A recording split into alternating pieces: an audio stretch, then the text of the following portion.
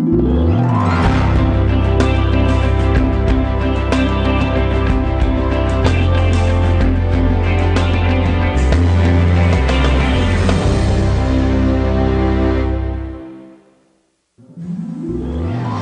mi nombre es Evelyn López.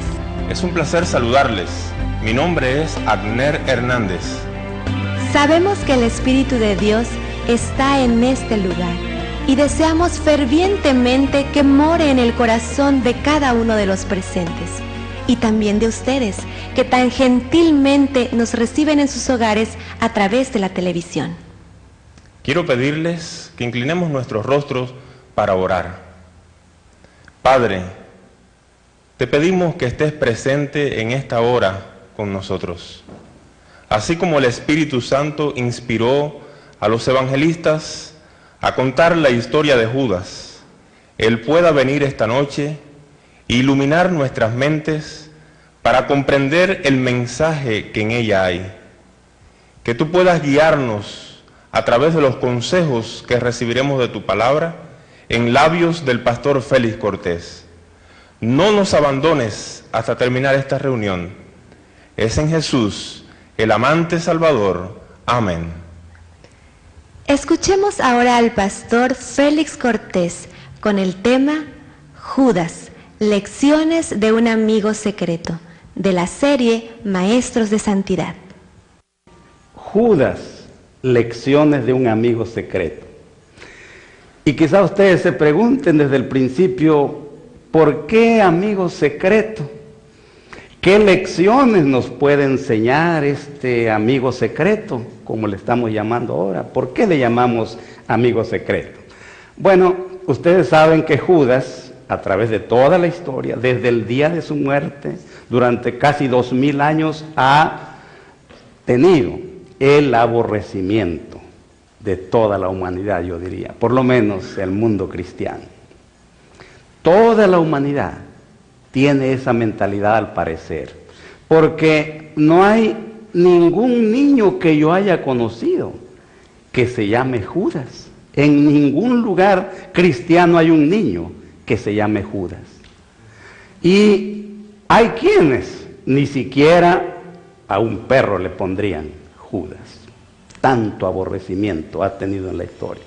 Aunque en una novela escrita por Mario Vargas Llosa, este escritor peruano, se titula Los cachorros, hay un perro terrible y fiero llamado Judas. El único que conozco. Hay quienes ni a sus perros le llamarían Judas, de veras. ¿Por qué? Sin embargo, nosotros le llamamos amigos por una razón, porque era amigo de Jesús. Era amigo de Jesús. Ustedes leyeron hace un momento en Mateo capítulo 26, pero yo quiero leerlo otra vez y recordárselos, donde dice de la siguiente manera, Mateo 26, 47, mientras todavía hablaba, vino Judas, uno de los 12, y con él mucha gente con espadas y palos de parte de los principales sacerdotes y de los ancianos del pueblo, y el que le entregaba les había dado señal diciendo, al que yo besare, ese es, prendedle. Y enseguida se acercó a Jesús y dijo, salve maestro, y le besó. Y Jesús le dijo, amigo, ¿a qué vienes? Hermanos, nuestro Señor no le llamó amigo a Judas irónicamente. No le llamó amigo con ninguna otra intención, sino porque era su amigo. De hecho, allá en el Salmo 41, versículo 9, donde se profetiza lo que Judas iba a hacer, dice, aún el hombre de mi paz en quien yo confiaba, levantó contra mí su calcañar. Y una versión nueva dice, aún el amigo íntimo mío levantó contra mí su mano. Era amigo de Jesús y por lo tanto puede ser amigo de nosotros también.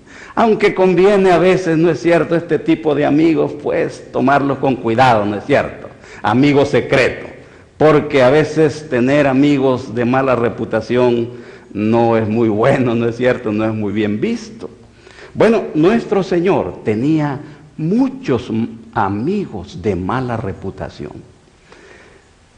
Cobradores de impuestos, mujeres pobrecitas de mala reputación, borrachos y otros peores, eran sus amigos.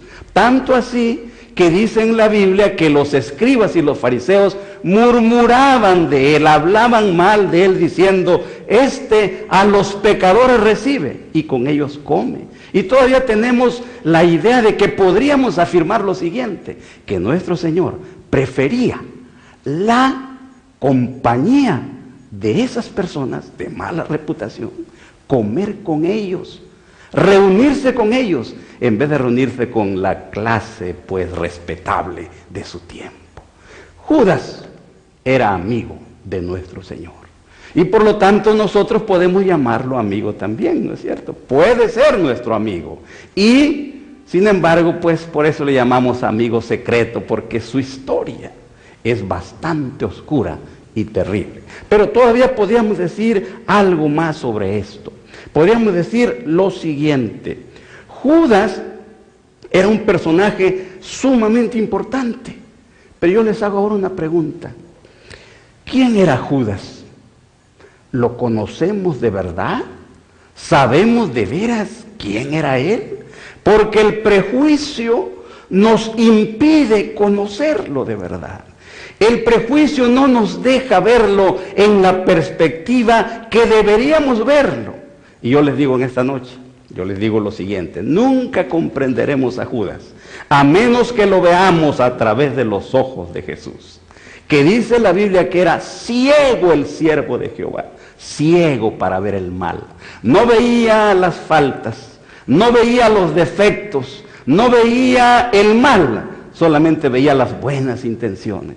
Solamente veía los buenos impulsos, solamente veía aquello que podía beneficiar a esa persona, por eso era limpia su conducta al respecto de ellos. No oía las blasfemias y los agravios, oía solamente las súplicas, oía solamente las plegarias, el llamado de un corazón que no podía expresarlo de otra manera. Y verdaderamente Judas es una personalidad extraordinaria.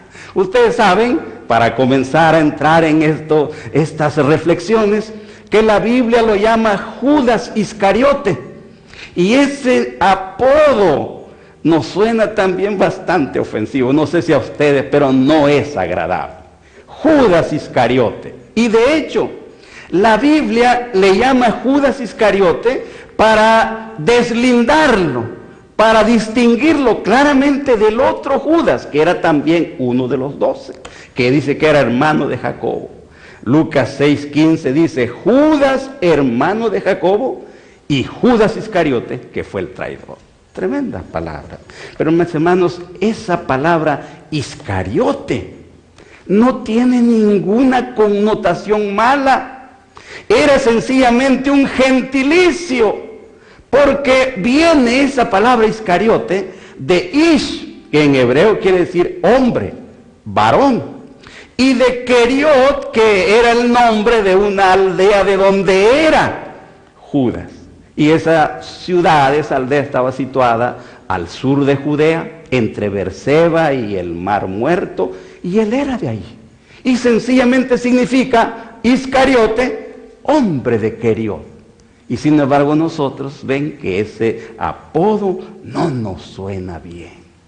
Por ejemplo, el apodo Boanerges, que ustedes saben que el Señor se lo puso a 2 personas muy importantes en la Biblia, que sí tenía una connotación un poco, pues yo diría, pues no muy buena, porque definía a aquellos que lo llevaban como personas violentas, difíciles.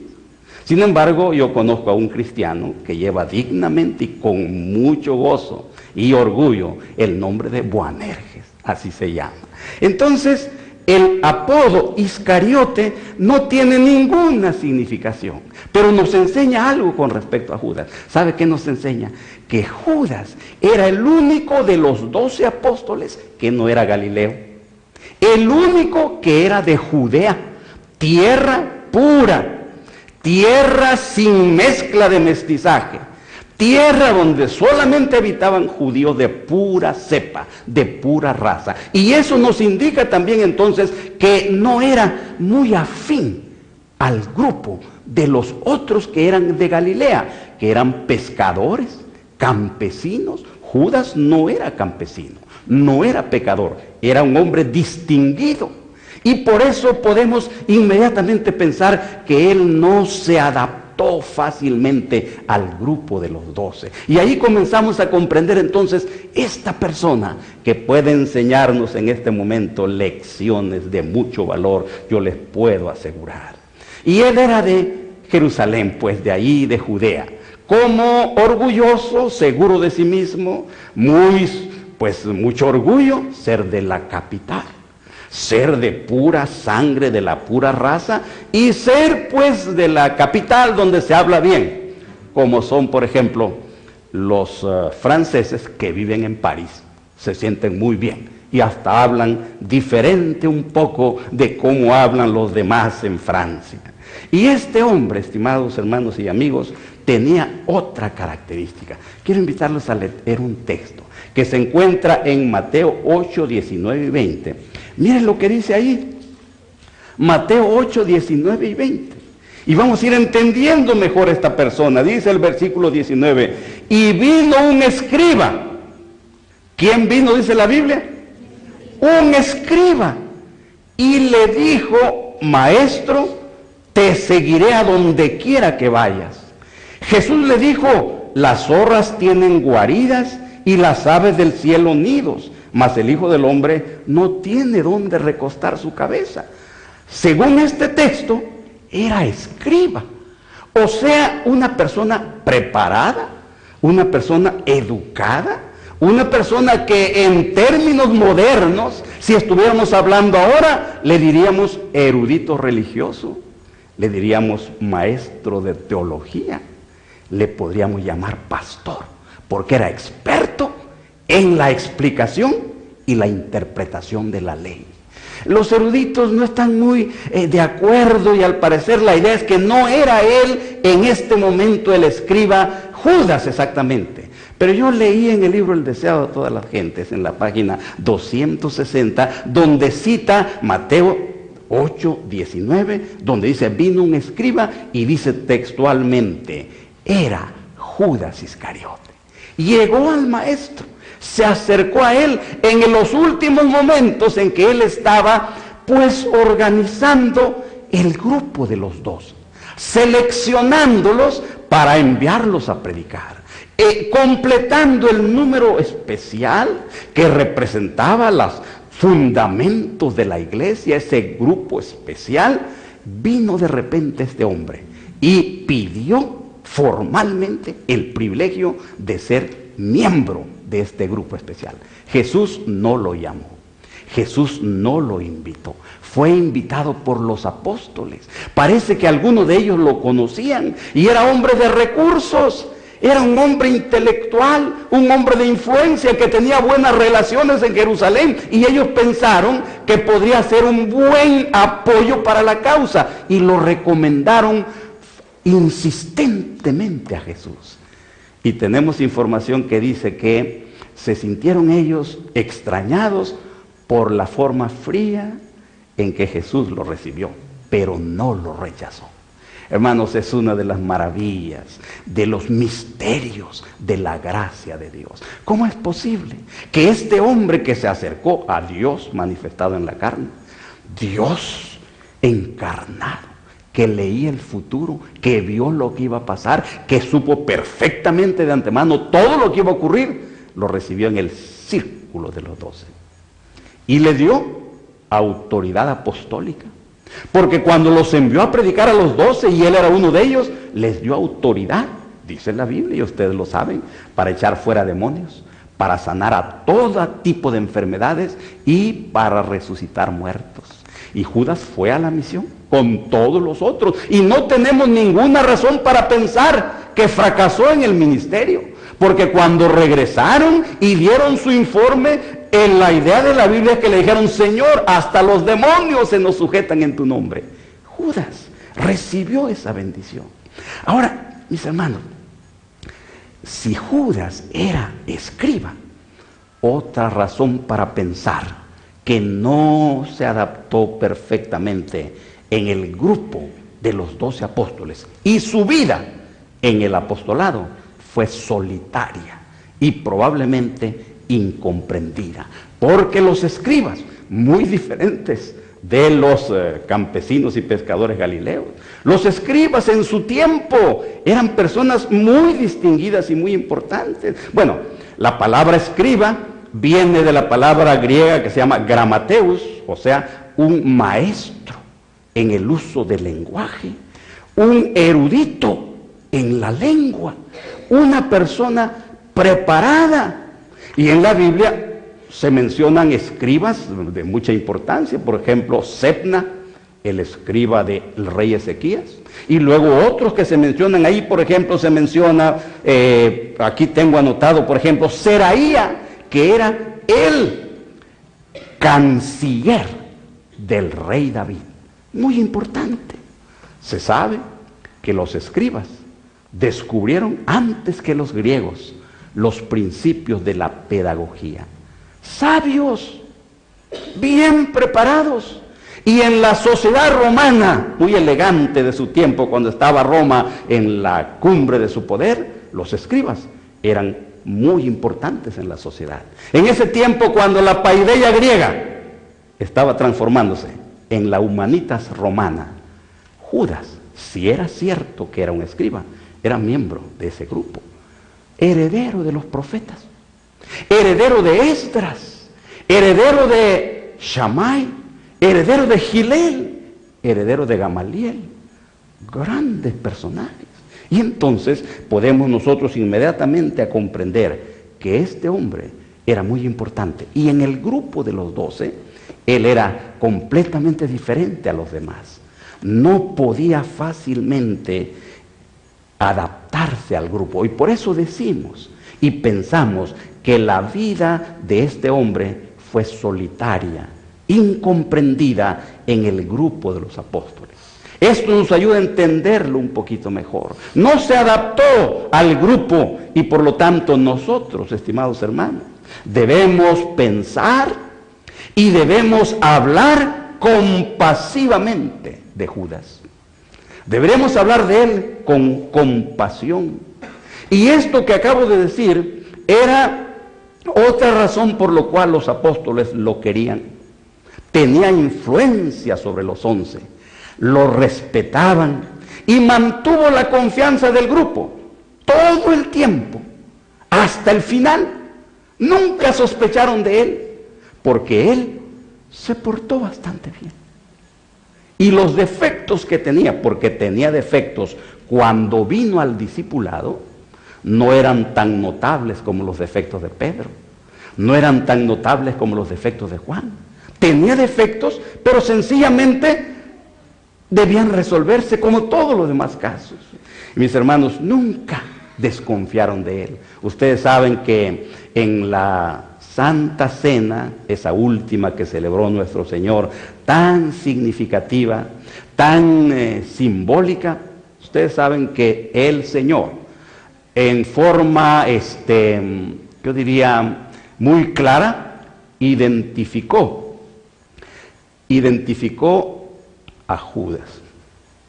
Cuando dijo él, de cierto os digo, que uno de ustedes me va a entregar, nadie sospechó de Judas. Nadie dijo, es este. Nadie. Todos dijeron, seré yo maestro. Y el Señor, cuando finalmente Judas, viendo que los demás habían preguntado y él no había preguntado, y entonces los demás lo quedaron viendo, él también preguntó, ¿seré yo maestro? Y el Señor le dijo, así es como tú lo has dicho. Hasta el último instante, horas antes del fin, todavía mantuvo su posición, la confianza y el aprecio de todo el grupo. Deberemos nosotros pensar lo siguiente: si Judas hubiera muerto una semana antes, habría pasado la historia como uno de los 12 apóstoles, queridos, amados y reverenciados por todos, y habría visto su nombre escrito en uno de los 12 fundamentos de la santa ciudad. Nadie le negaría ese privilegio, esa bendición. Entonces, ¿qué ocurrió con Judas? ¿Qué pasó? ¿Por qué tuvo este triste final? Esas son las lecciones que conviene que aprendamos en esta noche. Y esas son las lecciones que todos deberíamos reflexionar seriamente. ¿Qué ocurrió? ¿Por qué cayó y fracasó? Hay quienes consideran que Judas era un demonio que se introdujo en el círculo íntimo de los apóstoles, manchando la armonía de ese grupo. Pero mis hermanos, Judas no era esencialmente malo, era como los demás que ya dije. Todos los discípulos tenían defectos graves cuando llegaron al discipulado. Judas también, y por lo tanto, igual que los demás, necesitaba educación, necesitaba madurar, necesitaba la obra de transformación del Espíritu de Dios, y así como se obró en los demás, debería haberse obrado en él también. ¿Por qué ocurrió esto? Teniendo todos los privilegios, las oportunidades, oír al gran maestro, oír las palabras de sabiduría, de poder de nuestro Señor, que cada vez que hablaba, era como si un clavo se hincara en el corazón.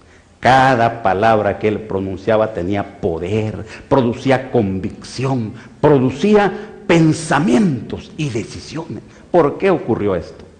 Y ahora quiero mencionarles solamente así, de forma muy breve, por ejemplo, esto.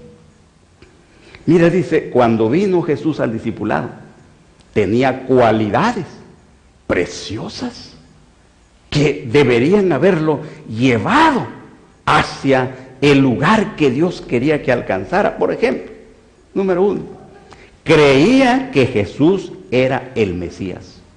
Deseado toda la gente, es página 262. Creía que Jesús era el Mesías cuando vino al discipulado. Sabía eso, lo aceptó, creyó que él era el Mesías. Número 2, otro punto. No era insensible a la belleza del carácter de Cristo. Cuando conoció al Señor, igual como los otros apóstoles, quedó influido por la vida, por el carácter, por la persona de Jesús. Su corazón fue conmovido al verlo, al oírlo hablar, al ver su obra de misericordia con los enfermos, con los necesitados, con los pecadores. Sintió él la fuerte influencia de la belleza del carácter de Cristo. Otro punto, sentía la influencia de aquel poder divino que atraía las almas al Salvador. Miren ustedes saben que la Biblia dice que venían de todas partes, de lejos, multitudes a oírle. En tiempo cuando no había medios de transporte, en tiempo de pobreza generalizada, en época cuando no había dónde hospedarse. Él hablaba en el desierto, en las colinas, a la orilla del mar, con mucha incomodidad. Venían miles trayendo enfermos porque había un poder que obraba y atraía el corazón. Él, Judas, sintió ese poder que tocaba el corazón y fue atraído hacia Cristo. Sintió esa influencia profunda en su corazón. Otro punto, miren otro punto, sintió por eso mismo un vivo deseo de ser transformado en su vida y en su carácter, y esperó obtener esa transformación relacionándose con Jesús. ¿Qué les parece? Tenía todas las condiciones que tenían todos los demás. Tenía sensación de su necesidad de ser transformado en su carácter. Comprendió sus defectos, comprendió sus errores y por lo tanto deseó ser transformado y esperó que esa transformación se realizara poniéndose en contacto con Jesús. Y por último, solamente para darles una ilustración, otro punto. Cuando llegó a asociarse con Jesús, tenía unos preciosos rasgos de carácter que podrían haber hecho de él una bendición para la iglesia. Preciosos rasgos de carácter. No sé cuáles, pero probablemente administrativos, probablemente de oratoria, probablemente de organización, o otros preciosos rasgos de carácter que hicieron útil a Juan, otros semejantes de los que hicieron útil a Mateo, o los que hicieron tan útil a Pedro. Rasgos preciosos que podrían haber sido una bendición para la iglesia. Él tenía estos preciosos rasgos. Y entonces, como dije, cuando Jesús lo llamó, más bien cuando llegó a Jesús, que no lo llamó él, entonces el Señor no lo rechazó. Le dio la comisión evangélica, le dio el privilegio y el honor de ser representante de Cristo. Ahora, la pregunta entonces, ¿por qué cayó? ¿Cuál fue el problema? ¿Por qué terminó mal? ¿Qué lecciones podemos aprender? ¿Cómo podemos nosotros entender esta tragedia enfrente del dador de la vida? ¿Cómo podemos comprender que este hombre llegó al nivel en que llegó viviendo bajo la influencia divina, celestial del Hijo de Dios encarnado? ¿Cómo es posible? ¿Y qué lecciones nos puede enseñar eso? ¿Qué lecciones nos puede enseñar? ¿Cómo podemos nosotros salir de aquí teniendo en nuestra mente, en nuestro corazón, una advertencia? ¿Qué pasó? Ahora les digo lo siguiente. En el libro El deseo de toda la gente, página 664, dice: no llegó al punto de entregarse plenamente a Jesús. No llegó al punto de entregarse plenamente a Jesús. Judas vio al Señor trabajando.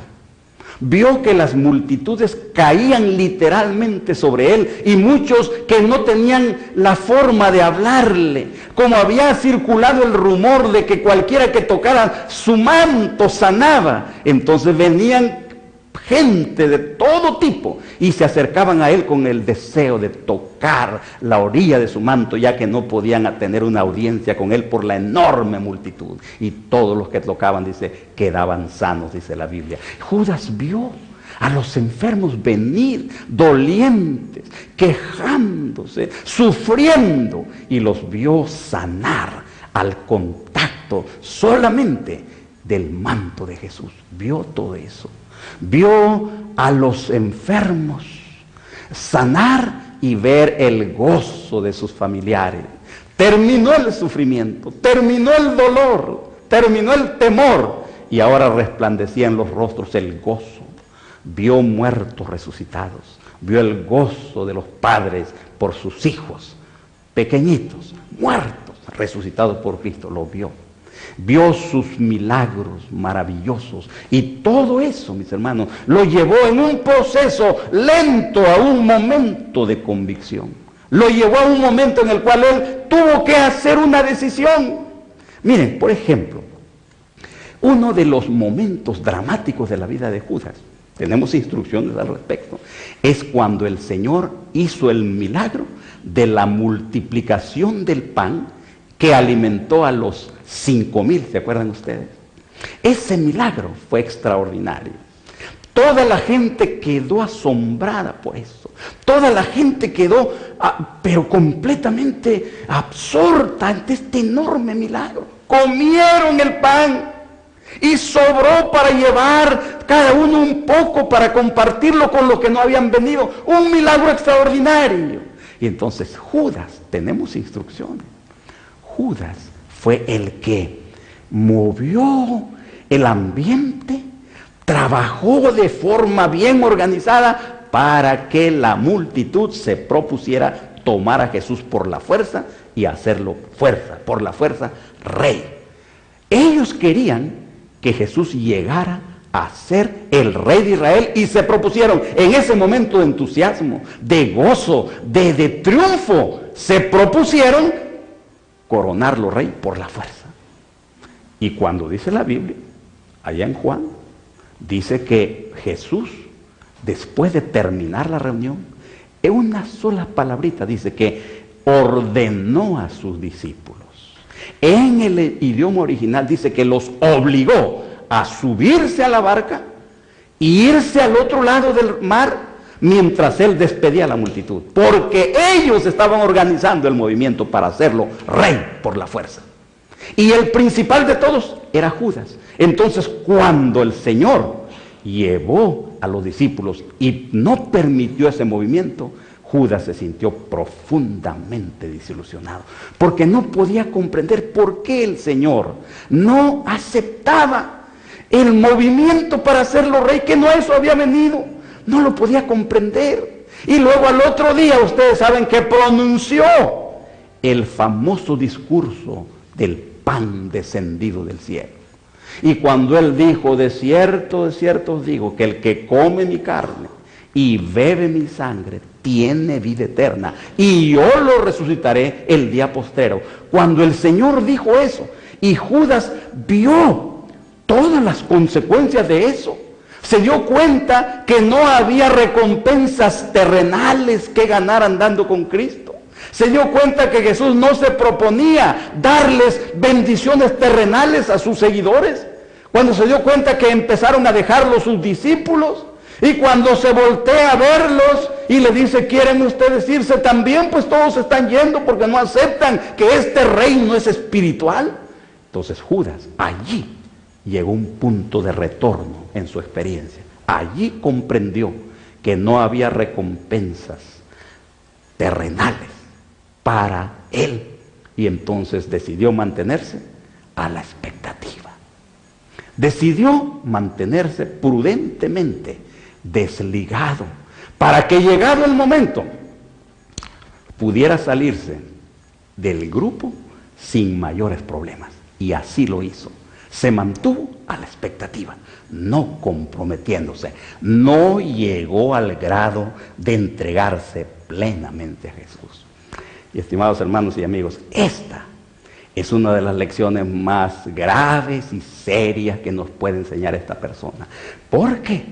En el libro Camino a Cristo, página 43, dice, la guerra contra nosotros mismos es la batalla más grande que jamás se haya reñido. El rendirse a sí mismo, entregando todo a la voluntad de Dios, requiere una lucha, mas para que el alma sea renovada en santidad, debe someterse primero a Dios. Muchas veces ocurre, y Dios libre que no haya ocurrido con usted, que la entrega que se hace a Cristo es una entrega como provisional. Todavía seguimos conservando el control de nuestra vida. Todavía seguimos conservando nuestros planes, nuestros proyectos, nuestros planes de acción, nuestro calendario de desarrollo de nuestra vida, y no nos entregamos totalmente a Dios. No entiendo yo mismo qué significa esa plena entrega, pero podemos ilustrar con lo que le pasó a Jacob. Ustedes saben que Jacob nació proféticamente, nació por un milagro de Dios, nació porque Dios decretó que naciera. Por tanto, nació con bendiciones y ventajas. Pero mis hermanos, eso mismo no quita la responsabilidad de la decisión personal de entregar la vida a Dios. Jacob mantuvo el dominio de su vida, manejando las cosas astuta y humanamente durante 65 años, 67 años. A los 67 años se convirtió, cuando iba huyendo de su casa y se encontró con Dios y tuvo una visión. Ustedes recuerdan la escalera que llegaba hasta el cielo y que los ángeles bajaban y que el Señor interpretó su significado. Él allí se convirtió. A los 67 años, el que había nacido proféticamente, ahí se convirtió. Pero luego 20 años más, en Padán Aram, siguió actuando, dominando, controlando, dirigiendo su propia vida, mediante métodos humanos cuestionables, engañando, mintiendo, fiel a su naturaleza, fiel a su nombre antiguo. 20 años después, cuando tenía 97 años, y cuando llegó en un momento de crisis de su vida, a la hora más terrible, cuando llegó al borde de la tumba prácticamente, ahí entonces se encontró con Dios. Ahí entonces le entregó a Dios completamente su vida, diciéndole, no te dejaré si no me bendices, si no, mátame mejor. ¿Para qué sirvo yo? Mire cómo soy, el mismo desde que nací. Y Dios le dijo, ¿y cómo te llamas? Jacob. Ya no se va a llamar tu nombre Jacob, sino ahora se va a llamar Israel, que significa príncipe con Dios, vencedor de Dios y de los hombres. Hasta ese momento es que finalmente se entregó totalmente a Dios para vida o para muerte. Y téngalo por seguro y escúchelo. Usted y yo, si no hemos hecho esa entrega total, tarde o temprano va a llegar el momento que tendremos que hacerlo. Y si no lo hacemos, corremos el riesgo de Judas, porque Judas perdió la batalla contra el yo. Judas, cuando llegó la hora de crisis de su vida, no se entregó plenamente a Jesús, no se rindió totalmente, y por lo tanto se perdió. ¿Comprenden, mis estimados hermanos? Tremendo esto. Todos nosotros tenemos que hacer una decisión tarde o temprano de una entrega completa, final, para morir, como dice la Biblia, totalmente. Con Cristo estoy juntamente crucificado.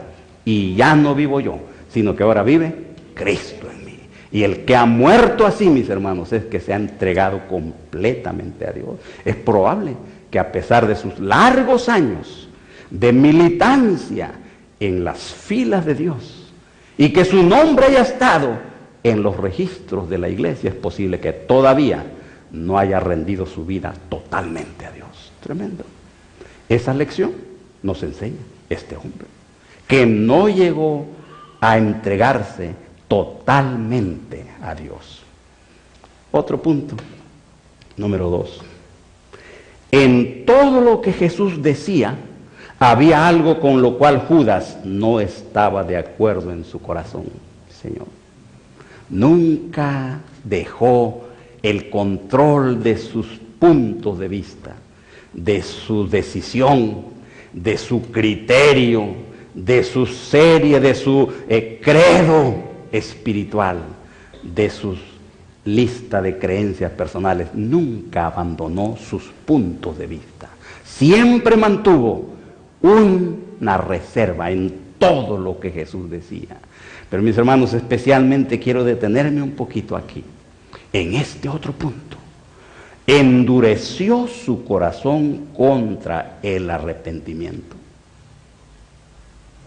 El Espíritu Santo lo convenció. El Espíritu Santo lo constriñó.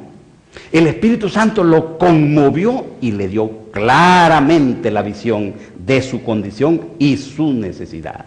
El Espíritu Santo trabajó con él y lo constriñó. Pero mis hermanos, entonces Judas no abrió su corazón, cerró su corazón y endureció su corazón contra el arrepentimiento.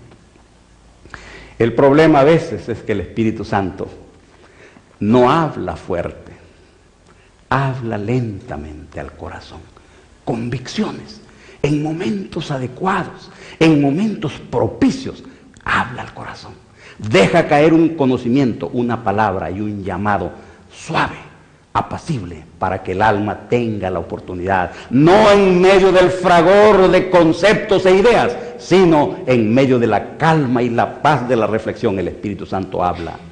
Es lo malo, diríamos nosotros, porque tal vez sería bueno que hablara fuerte, pero mis hermanos, si habla fuerte, se revela el corazón del hombre, y por lo tanto el Espíritu de Dios habla de tal manera que cada uno puede escucharlo.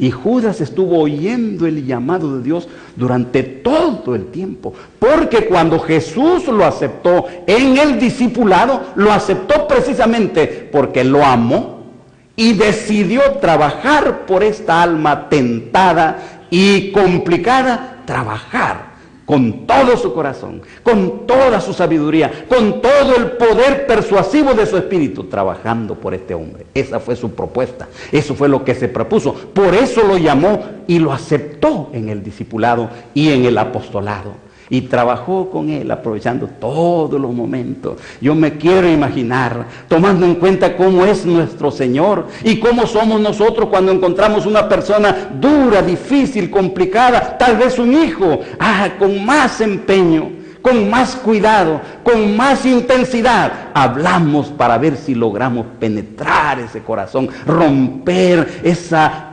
barrera que impide, que no recibe el mensaje. Trabajamos más por el que menos quiere oír. Eso hizo nuestro Señor durante toda su vida. Pero mis hermanos, especialmente, la prueba final de Judas fue cuando se celebró el rito de humildad y la Santa Cena del Señor. Allí el Señor hizo su último esfuerzo.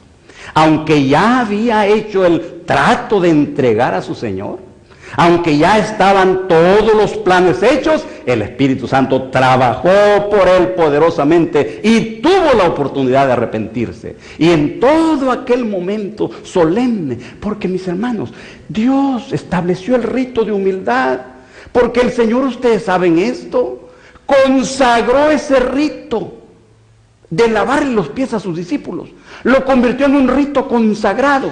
Y cada vez que se celebra, no es lo mismo cuando uno le lava los pies a un enfermo que no puede lavarse y lo hay que lavárselo. No es lo mismo cuando uno lava los pies a su hermano y el hermano se lo lava a uno.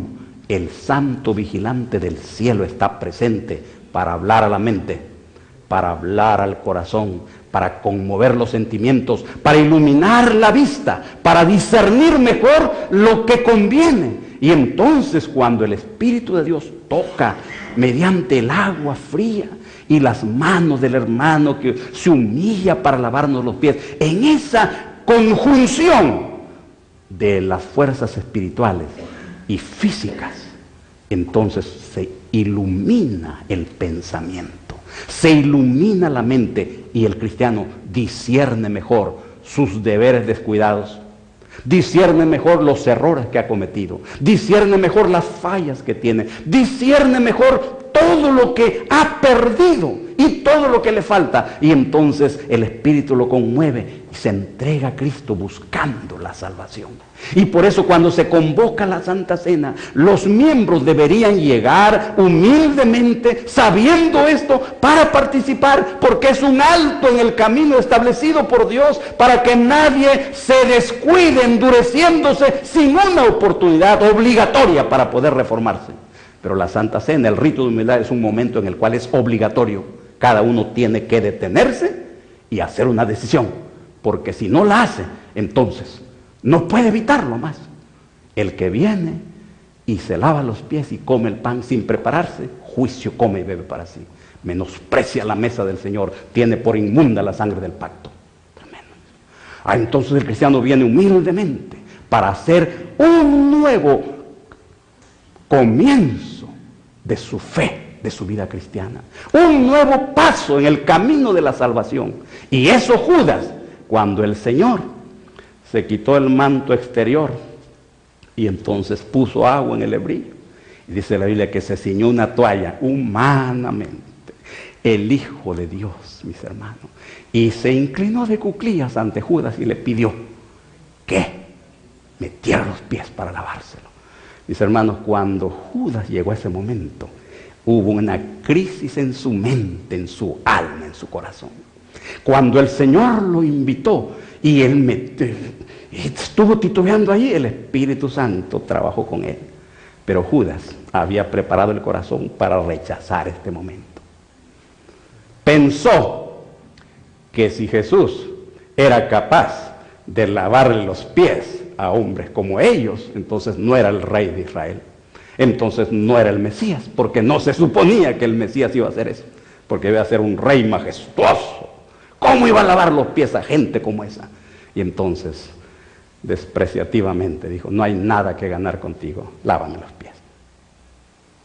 Y en la majestad del cielo le lavó los pies a su traidor. Y Judas selló la condición.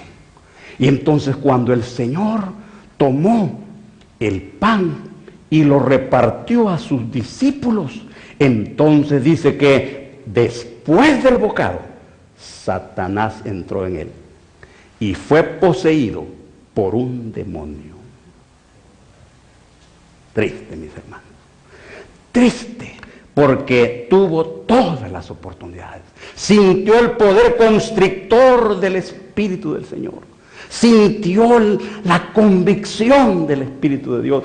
tuvo el impulso de confesar la infamia que ya había decidido cometer, pudo haber regresado desde allí, pero no lo hizo. Y entonces endureció su corazón contra el arrepentimiento. Satanás lo poseyó, fue poseído satánicamente y salió de ahí para vender a su Señor. Mis hermanos, pero fíjense ustedes, hay algo que nosotros no comprendemos en el misterio de este hombre. No lo comprendemos perfectamente, porque él, a pesar de que había vendido a su Señor por 30 piezas de plata, parece que él no estaba completamente convencido de que lo estaba entregando a la muerte. Él había visto a Jesús muchas veces confundir a sus adversarios, a los sacerdotes, a los escribas, confundirlos y obligarlos a pronunciar juicio contra sí mismo. Había visto cómo iban a apedrearlo recogiendo piedras todos y cómo él se había escapado de ellos. Y se había librado muchas veces. Y entonces dijo, se va a librar. Otra vez se va a librar. Y parece que tuvo la idea sugerida por escritores que yo he leído, como Arthur R. Biggs, un autor adventista de esos profundos. Dice que Judas no vendió a su Señor por 30 piezas de plata. Lo que tenía era un proyecto, ponerlo de tal manera y en tal situación que se viera obligado a defenderse. No iba a permitir que lo apresaran, mucho menos que lo mataran. Y entonces vendió a su Señor por 30 piezas de plata, pero ese no era su objetivo principal. Su objetivo era impulsarlo para que se viera obligado a declararse el Mesías. Y por eso cuando lo vendió, ustedes han leído la historia. ¿Quién no sabe la historia de su traición? Cuando llegó ante el Señor en el Getsemaní, registra Lucas 9:47 en adelante. Dice que cuando se acercó al Señor, lo abrazó y lo besó. Dice que Jesús le dijo, yo me imagino que con una infinita tristeza, Judas, con un beso entregas al Hijo del Hombre. Y mis hermanos, en ese momento Judas vio cómo se dejó apresar y se sorprendió. Vio cómo lo amarraron y lo ataron y se lo llevaron rumbo a la casa de Anás y Caifás, que era el primer paso en el juicio. Y él lo siguió extrañado, que se sometía a los insultos, a las ofensas, a los empujones y golpes. Y entonces lo siguió ansiosamente, esperando en cualquier momento verlo que se libertaba, declararse el Mesías, ejercer su poder, ejercer su autoridad y salvarse. Eso esperaba él en cada momento. Y cuando comenzó el juicio y fueron a la casa de Anás, luego a la de Caifás y luego ante todos ellos, y cuando finalmente estaba a punto de pronunciarse la sentencia, dice en Mateo capítulo 27 estas terribles palabras. Mateo capítulo 27, que cuando estaba a punto de pronunciarse la sentencia, 27:3 dice, entonces Judas, el que le había entregado, viendo que era condenado, devolvió arrepentido las 30 piezas de plata a los principales sacerdotes y a los ancianos, diciendo, yo he pecado entregando la sangre inocente. Es inocente, Caifás, es inocente. No lo condene, por favor, es inocente. Yo he pecado entregando la sangre inocente. Y mis hermanos, ustedes saben el drama de ese momento, el drama, porque en ese momento Caifás dijo, ¿y qué nos importa a nosotros? Lo hubieras visto tú. Y cuando se dio cuenta que ya no había remedio, entonces dice que tiró frente al sumo sacerdote las 30 piezas de plata. Y aquí viene lo triste y lo dramático. Se volvió a Jesús, lo abrazó de los pies y le dijo, Jesús, sálvate por favor. Yo sé que eres el Hijo de Dios, sálvate por favor. No dejes que te crucifiquen, por favor. Porque no podía soportar la idea de ver a Jesús crucificado. No podía soportar la angustia, el remordimiento, el dolor de ver muerto al Hijo de Dios. Pero entonces Jesús, nuestro Señor, mirándolo misericordiosamente, compasivamente, con lágrimas en los ojos, dijo: yo para esto vine al mundo. Mis hermanos, Judas, sintiendo que era demasiado tarde, salió de la sala del tribunal anexa al templo, gritando: demasiado tarde, demasiado tarde. Y entonces fue, porque sintió que no podía vivir para ver a Jesús crucificado. Se ahorcó. Triste fin de una vida que podría haber sido glorificada. Y mis hermanos, aquí hay algo que yo quisiera leerles en este momento. ¿Por qué se reveló esta traición?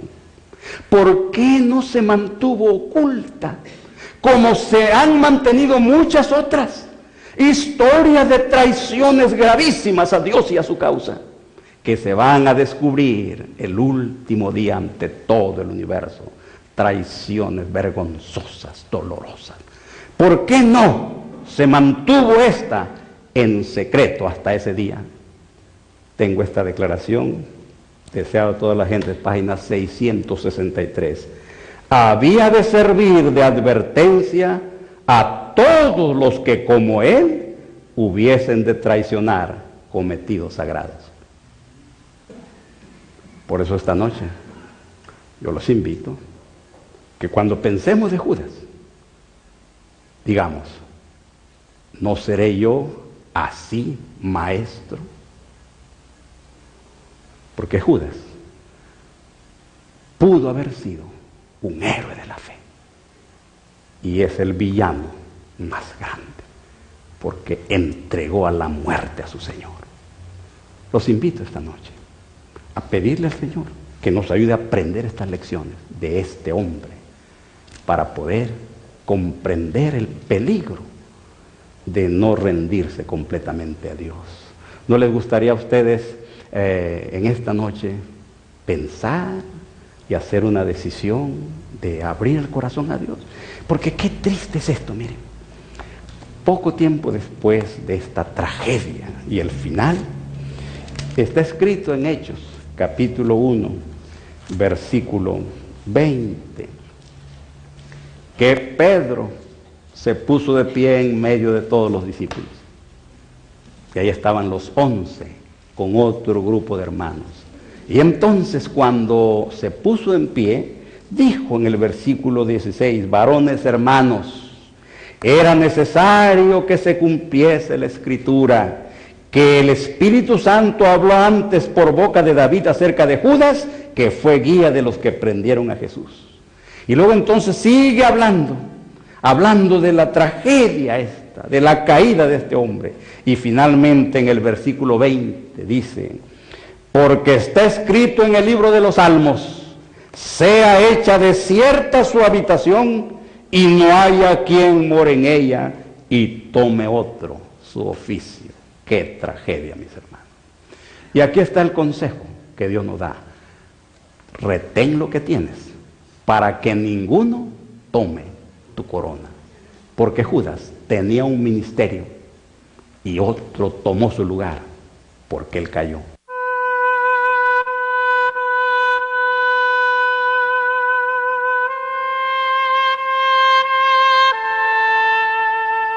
Ya oímos tantas veces del regreso de Jesús.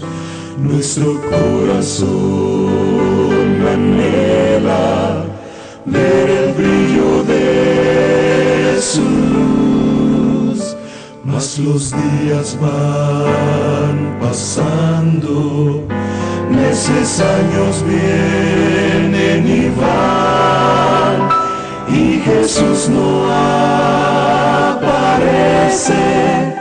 Vano es nuestro esperar, las señales se han cumplido con certera precisión. Nuestra fe está segura en la divina inspiración. inspiración. Ya está llegando el día cuando Dios se levantará de su trono de justicia y a Jesús se le dirá: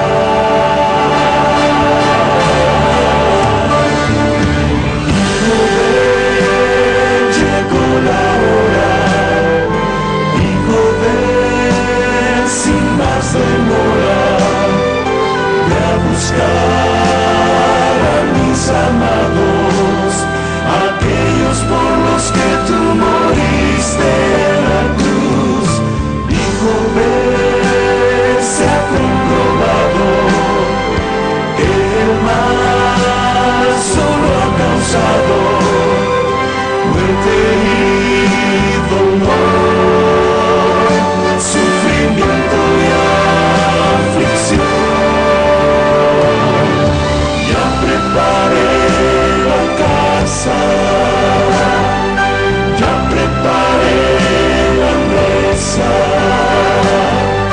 Hijo, tráeme regreso a quien formé, a quien perdí en la cruz. Rescate.